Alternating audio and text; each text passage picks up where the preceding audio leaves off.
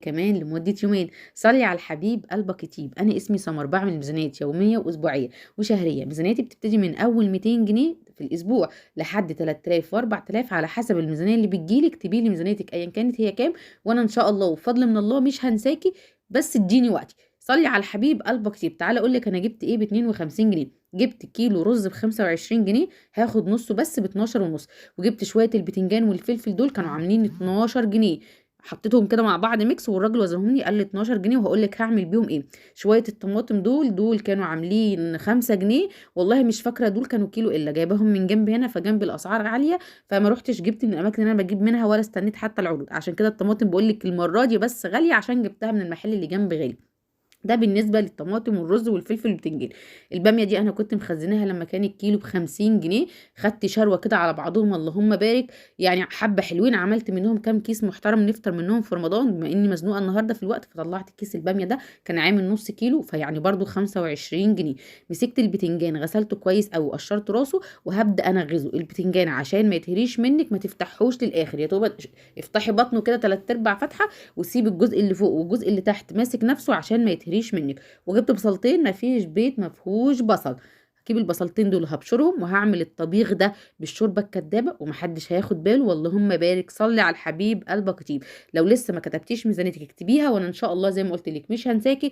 وطبعا تقولي لي رايك في الافكار والميزانيات اللي انا بقدمها، يا رب اكون بعجبكم يا جماعه. والله ما فيش مره قلت سعر انا ما جبتوش. انا بجيب الاسعار زي ما قلت لك اخر النهار، عروض. اروح عند ماما اجيب اسعار. كل مكان بمشي فيه بحب اشوف اسعاره. بالنسبه للباميه دي كانت باميه كبيره على صغيره، فانا مسكتها قصتها خليتها كلها حجم واحد زي ما انت شايفه كده، وما بصيتش. واللهم بارك. وهتشوفيها حتى في الطبق محافظه على لونها الاخضر.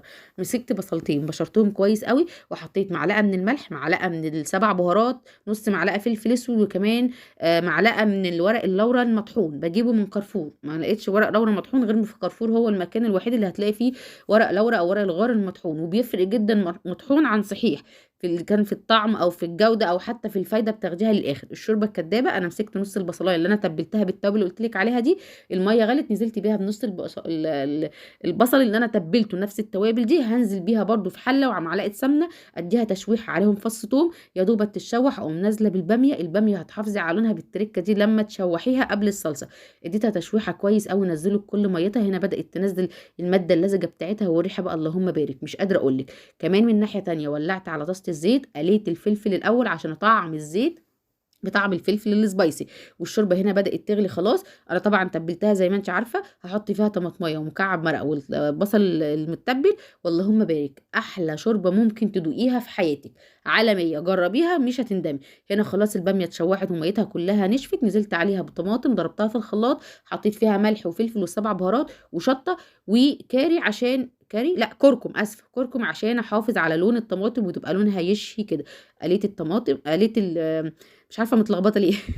قليت الفلفل، وهبدا احطه بالدقه دي. انا عاملاها بتقعد سنه كامله يا جماعه. لو عايزين انزل لك الفيديو بتاع الدقه قولي لي وانا هنزله لك حالا.